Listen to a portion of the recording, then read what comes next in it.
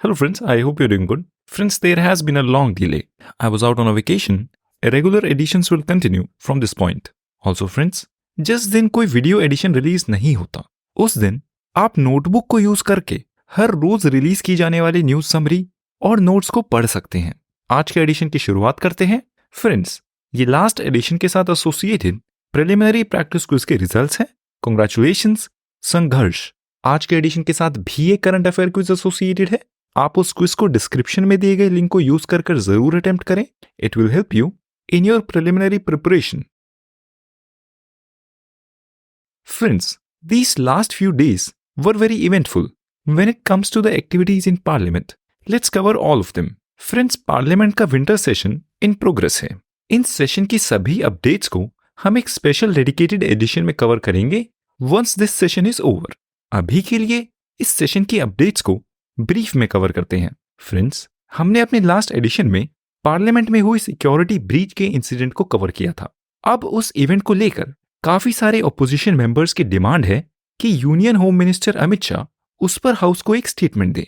पर opposition members की इस डिमांड को करने का तरीका लोकसभा के स्पीकर ओम बिरला और राज्यसभा के चेयरमैन जगदीप धनखड़ को पसंद नहीं आया. इस वजह से 15 दिसंबर को हाउस से 14 मेंबर्स को सस्पेंड कर दिया जाता है. ये रीजन देकर कि ये मेंबर्स पार्लियामेंट की प्रोसीडिंग्स को डिसरप्ट कर रहे थे. ऑपोजिशन मेंबर्स उस ही दिन मीडिया को ये स्टेटमेंट भी देते हैं कि पार्लियामेंट में कोई काम नहीं होगा जब तक होम मिनिस्टर पार्लियामेंट के ब्रीच पर हाउस को स्टेटमेंट नहीं देते. अगले दिन 16 दिसंबर को लोकसभा स्पीकर ओम बिरला एक 2 पेज के लेटर में बोलते हैं कि मेंबर्स को सिक्योरिटी ब्रीच का इशू रेज करने के लिए नहीं, पर हाउस में प्ले कार्ड्स कैरी करने के लिए और हंगामा करने के लिए सस्पेंड किया गया है. स्पीकर ओम बिरला बोलते हैं कि एक हाई लेवल कमेटी इस इंसिडेंट को इन्वेस्टिगेट कर रही है और जल्द ही इस इंसिडेंट पर हाउस के साथ वो कमेटी एक रिपोर्ट भी शेयर करेगी. फ्रेंड्स, फिर 18 दिसंबर को 78 और एमपीज को 78 और एमपीज को सस्पेंड कर दिया जाता है. उनको सस्पेंड करने का रीजन भी दिया जाता है उनका हाउस में हंगामा करना और प्ले कार्ड्स को कैरी करना. फिर उसके अगले दिन 19 दिसंबर को 39 और एमपीज को भी 49 मोर एमपीज वर सस्पेंडेड. तो अब इन टोटल इस चल रहे विंटर सेशन में 141 एमपीज को सस्पेंड किया जा चुका है. और इन सस्पेंशंस के दौरान पार्लियामेंट में 3 बिल्स को पास किया जाता है और लोकसभा में 3 नए क्रिमिनल लॉज भी पास कर दिए जाते हैं. We'll cover this in detail later in this edition. Opposition इन सस्पेंशंस के कॉन्टेक्स्ट में बोलते हैं कि गवर्नमेंट के ये एक्शंस मर्डर ऑफ डेमोक्रेसी हैं. ओपोजिशन मेंबर्स गवर्नमेंट को नॉर्थ कोरियन रिजीम से भी कंपेयर करते हैं. Now friends, analysing this event, ऐसा पहली बार नहीं हुआ है कि इंडिया की पार्लियामेंट प्रॉपर तरीके से फंक्शन नहीं कर रही हो. इनफैक्ट इंडियन पार्लियामेंट का तो रिसेंट टाइम्स में प्रॉपरली फंक्शन करना ही एक रेयर इवेंट है. शायद ये ही बात वो लोग भी कहना चाहते थे जिन्होंने पार्लियामेंट में इलीगली एंटर किया था. हालांकि नेशनली ये एक मेजर इवेंट है, बट सिविल सर्विसेज एग्जामिनेशन के पर्सपेक्टिव से इस इवेंट में कुछ नया नहीं है. आप role of speaker and chairman, adjournment motion वगैरह जैसे छोटे छोटे टॉपिक्स अपनी पॉलिटी एंड गवर्नेंस की बुक में पार्लियामेंट के सेक्शन से पढ़ लें. प्रिलिमिनरी एग्जामिनेशन में पार्लियामेंट से रिलेटेड क्वेश्चंस पूछे जाते रहते हैं, इसलिए आप पार्लियामेंट सब्जेक्ट को अच्छे से जरूर पढ़ें. ये एक और न्यूज है पार्लियामेंट से ही. फ्रेंड्स, लोकसभा में फिर से इंट्रोड्यूस किए गए 3 क्रिमिनल लॉ रिफॉर्म बिल्स को फाइनली पास कर दिया गया है. ये 3 क्रिमिनल लॉ रिफॉर्म बिल्स जिनकी details you can view on the screen, और आइडियली आपको इनकी जानकारी होनी भी चाहिए. ये बिल्स इंडिया के क्रिमिनल लॉज को पूरे तरीके से रिफॉर्म करते हैं. ब्रीफली इन बिल्स के नए फीचर्स की बात करें तो ये नए लॉज विक्टिम सेंट्रिक हैं और जिम्मेदारी को पुलिस पर डालते हैं. ये लॉज डिस्ट्रिक्ट और स्टेट लेवल्स पर एक इंडिपेंडेंट डायरेक्टर ऑफ प्रोसिक्यूशन को अपॉइंट करते हैं. भारतीय न्याय सुरक्षा संहिता जो सीआरपीसी को रिप्लेस करेगा, वो क्रिमिनल प्रोसीडिंग्स को पूरा करने के लिए एक टाइम लिमिट को इंट्रोड्यूस करता है. ये नए कानून मैंडेट करते हैं कि कंप्लेन रिसीव होने के 3 दिन के अंदर अंदर एफआईआर को रजिस्टर कर दिया जाना चाहिए. 14 दिनों के अंदर अंदर एक प्रिलिमिनरी इंक्वायरी कर दी जानी चाहिए और 24 घंटे के भीतर भीतर कोर्ट में एक सर्च एंड सीजर रिपोर्ट भी सबमिट कर दी जानी चाहिए। ये नए बिल्स रेप विक्टिम्स के लिए मेडिकल एग्जामिनेशन के लिए भी एक टाइम लिमिट को सेट करते हैं। ये नए बिल्स मैंडेट करते हैं कि 90 दिन के अंदर अंदर चार्जशीट को फाइल कर दिया जाना चाहिए। और ये बिल्स पहली बार एक्यूज्ड की एब्सेंस में ट्रायल को आगे बढ़ाए जाने के लिए प्रोविजंस को इंट्रोड्यूस करते हैं। ये बिल नेशनल लेवल पर EFIR को भी इंट्रोड्यूस करते हैं और ये भी मैंडेट करते हैं कि जजमेंट पूरा होने के 45 दिन के भीतर भीतर जजमेंट को सुना देना चाहिए। This news is a state based news event, पर आपको इस न्यूज इवेंट की जानकारी होनी चाहिए। फ्रेंड्स, वेस्ट बंगाल की चीफ मिनिस्टर ममता बनर्जी कल प्राइम मिनिस्टर नरेंद्र मोदी से एक फेस टू फेस मीटिंग करती हैं। इस मीटिंग में वो प्राइम मिनिस्टर से रिक्वेस्ट करती हैं कि सेंटर जल्द से जल्द बिना किसी देरी के वेस्ट बंगाल के लिए फंड्स को रिलीज कर दे। इस रिक्वेस्ट का कॉन्टेक्स्ट है मिनिस्ट्री ऑफ रूरल डेवलपमेंट का रिसेंटली लिया गया स्टेप, जब मिनिस्ट्री ने वेस्ट बंगाल के लिए मनरेगा फंड्स को पॉज कर दिया था। वेस्ट बंगाल में इस स्कीम की इंप्लीमेंटेशन में करप्शन पाए जाने की वजह से, इस फंडिंग में रुकावट की वजह से वेस्ट बंगाल में प्रोटेस्ट हो रहे हैं। अब इस मीटिंग से क्या हासिल होता है, ये समय के साथ पता चलेगा, and we'll keep following it. This news event is another major news event from the civil services examination perspective. Friends, हमने अपने प्रीवियस एडिशन में बात की थी कि ministry of consumer affair, food and PDS ने 7 दिसंबर को इंडिया से अनियन के एक्सपोर्ट्स पर पूरे तरीके से बैन लगा दिया था till March of next year. Government का ऐसा करने का रीजन है कि देश में अनियन के प्राइसेस इन्फ्लेट ना हो और महंगाई कंट्रोल में रहे। पर गवर्नमेंट की इस पॉलिसी डिसीजन से अनियन ट्रेडिंग कम्युनिटीज काफी नाराज हैं। गुजरात में फार्मर्स और ट्रेडर्स रोड पर उतर आए हैं। उनका कहना है कि APMC मंडीज में अनियन के प्राइस 40 रुपए किलो से घटकर 25 रुपए किलो हो गए हैं और उनको नुकसान हो रहा है। फ्रेंड्स, आप इस इवेंट पर खास ध्यान दें। इस इवेंट से आप गवर्नमेंट के पॉलिसी डिसीजन मेकिंग के पॉजिटिव एंड नेगेटिव आउटकम्स को समझें और अनियन के बारे में भी एज अ क्रॉप पढ़ लें। कॉटन क्रॉप पर फॉर इंस्टेंस प्रिलिमिनरी में ये क्वेश्चन भी पूछा जा चुका है। अनियन क्रॉप से रिलेटेड नोट्स नोटबुक में भी हैं, आप उन नोट्स को भी रेफर कर लें। ये एक और न्यूज है देश में फूड प्रोडक्शन से रिलेटेड। गवर्नमेंट ने रिसेंटली इथेनॉल प्रोड्यूसर्स को ऑर्डर दिए थे कि वो इथेनॉल प्रोडक्शन के लिए शुगर केन और शुगर सिरप का इस्तेमाल ना करें। गवर्नमेंट का इस स्टेप के पीछे रैशनल था कि देश में शुगर सप्लाई में कोई कमी ना हो और कंज्यूमर प्राइसेस स्टेबल रहें। Now in an update to this event, government अपने डिसीजन से पीछे हट गई है और गवर्नमेंट ने अब इथेनॉल प्रोड्यूसर्स को शुगर केन और बी हेवी मोलासेस का इथेनॉल प्रोडक्शन के लिए यूज करने की परमिशन दे दी है। इस इवेंट से रिलेटेड आप वेरियस जनरेशंस ऑफ इथेनॉल और sugar production statistics in India के बारे में पढ़ लें। This next news event is a political news event जिसकी आपको एक जनरल अवेयरनेस होनी चाहिए। प्राइम मिनिस्टर नरेंद्र मोदी ने 5 इंडियन स्टेट्स में इस लास्ट सैटरडे को विकसित भारत यात्रा को लॉन्च कर दिया है। ये 5 स्टेट्स वो 5 स्टेट्स हैं जिनमें पिछले महीने असेंबली इलेक्शंस हुए थे और मॉडल कोड ऑफ कंडक्ट लागू होने की वजह से वहां पर ऐसी रैली करना अलाउड नहीं था। This next news event is related to foreign policy and international relationship. Friends, Oman के सुल्तान इंडिया में एक स्टेट विजिट पर थे और उनकी ये इंडियन विजिट सिग्निफिकेंट थी क्योंकि ये ओमान की पिछले 26 सालों में पहली एक स्टेट विजिट थी। अब दोनों ओमान के सुल्तान और इंडियन प्राइम मिनिस्टर ने मिलकर काफी मेजर एग्रीमेंट्स को साइन किया है। उन एग्रीमेंट्स की बात करें तो वो हैं, दोनों साइड्स ने एक कॉम्प्रिहेंसिव इकोनॉमिक पार्टनरशिप एग्रीमेंट को साइन किया है and this is very significant. दोनों साइड्स ने अपनी कन्वर्सेशंस में इजराइल पैलेस्टीन कॉन्फ्लिक्ट पर भी चर्चा की है और टेररिज्म को हर एक फॉर्म में कंडेम भी किया है। दोनों साइड्स ने मनी लॉन्ड्रिंग को कंट्रोल करने के लिए भी एक एग्रीमेंट को साइन किया है।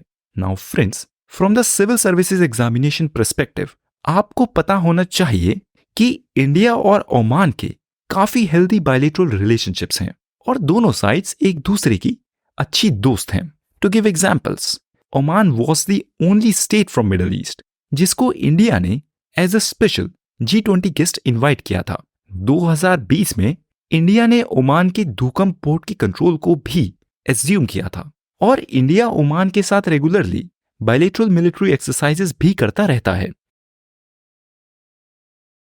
ये न्यूज है मिनिस्ट्री ऑफ डिफेंस से। फ्रेंड्स, अरेबियन सी ट्रैवल कर रहे एक शिप जिसका नाम है MV रूइन, उस पर पायरेट्स ने अटैक कर दिया था, जिसके बाद उस शिप ने हेल्प के लिए एक सिग्नल भेजा और इंडियन नेवी ने उस सिग्नल पर रिस्पॉन्ड किया। इंडियन नेवी ने एज अ रिस्पॉन्स अपने एक एयरक्राफ्ट को उस वेसल के ऊपर डायरेक्टली डिप्लॉय कर दिया, उस पर लगातार निगरानी रखने के लिए।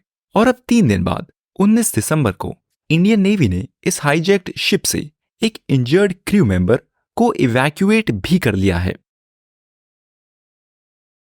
Talking about this next news, friends, parliamentary security breach incident में दिल्ली पुलिस ने एक 6th एक्यूज को अरेस्ट कर लिया है और पुलिस ने बोला है कि इस एक्यूज ने अपने फोन को जलाकर एविडेंस को डिस्ट्रॉय करने की कोशिश भी की है। Now coming to this next news, Nagpur से 60 किलोमीटर दूर बाजार गांव में लोकेटेड एक एक्सप्लोजिव्स फैक्ट्री में एक्सीडेंट से एक ब्लास्ट हो गया है और इस एक्सीडेंट में 9 लोगों की जान भी चली गई है। ये नेक्स्ट न्यूज रिलेटेड है पॉलिटी एंड गवर्नेंस से और इसका कॉन्टेक्स्ट है केरला के चीफ मिनिस्टर और स्टेट गवर्नर के बीच चल रहा friction. Now talking about this event, Kerala के चीफ मिनिस्टर ने केरला के गवर्नर को एक्यूज किया है इनअप्रोप्रिएट कमेंट्स करने के लिए, केरला की सोशल हार्मनी को डिस्टर्ब करने के लिए और एस्टैब्लिश्ड प्रोटोकॉल्स को ब्रीच करने के लिए, जैसे कि केरला की यूनिवर्सिटीज में अपनी मर्जी से लोगों को नॉमिनेट करके। केरला के गवर्नर के इन एक्शन से केरला की यूनिवर्सिटीज में इस समय काफी प्रोटेस्ट भी चल रहे हैं।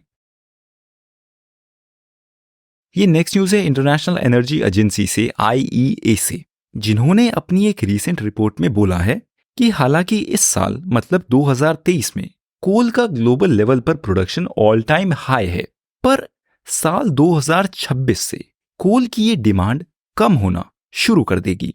ऐसा होने का कारण इंटरनेशनल एनर्जी एजेंसी IEA ने दिया है चाइना में कोल के डिमांड का कम होना और विश्व स्तर पर रिन्यूएबल एनर्जी की अडॉप्शन का भी बढ़ना। Friends, international energy agency IEA एक मेजर ग्लोबल इंस्टीट्यूशन है।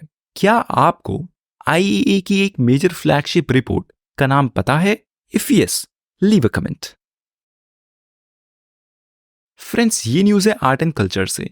17 दिसंबर को प्राइम मिनिस्टर नरेंद्र मोदी वाराणसी में थे, जहां पर वो काशी तमिल संगमम की 2nd एडिशन को इनॉग्रेट करते हैं। हालांकि ये इवेंट इतना सिग्निफिकेंट नहीं है, पर इस इवेंट से associated topics civil services examination के पर्सपेक्टिव से इंपॉर्टेंट है।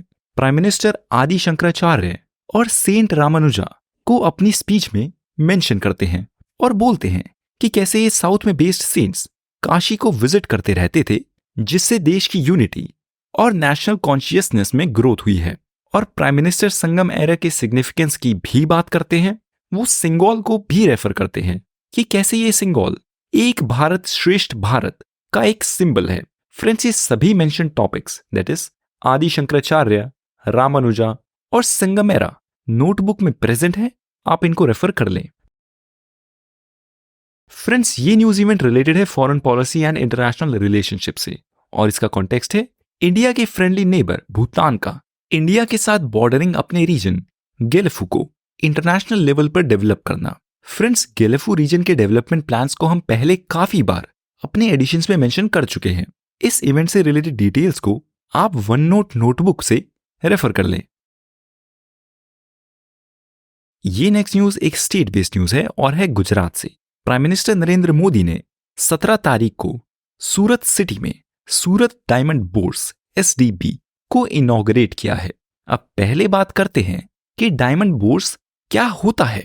डायमंड बोर्स या कोई भी बोर्स एक मार्केट प्लेस होती है जहां पर डायमंड इंडस्ट्री के अलग अलग स्टेक होल्डर्स जैसे कि diamond dealers, diamond traders, diamond polishers वगैरह एक जगह पर आकर डील करते हैं अंडर प्री एस्टैब्लिश्ड गाइडलाइंस।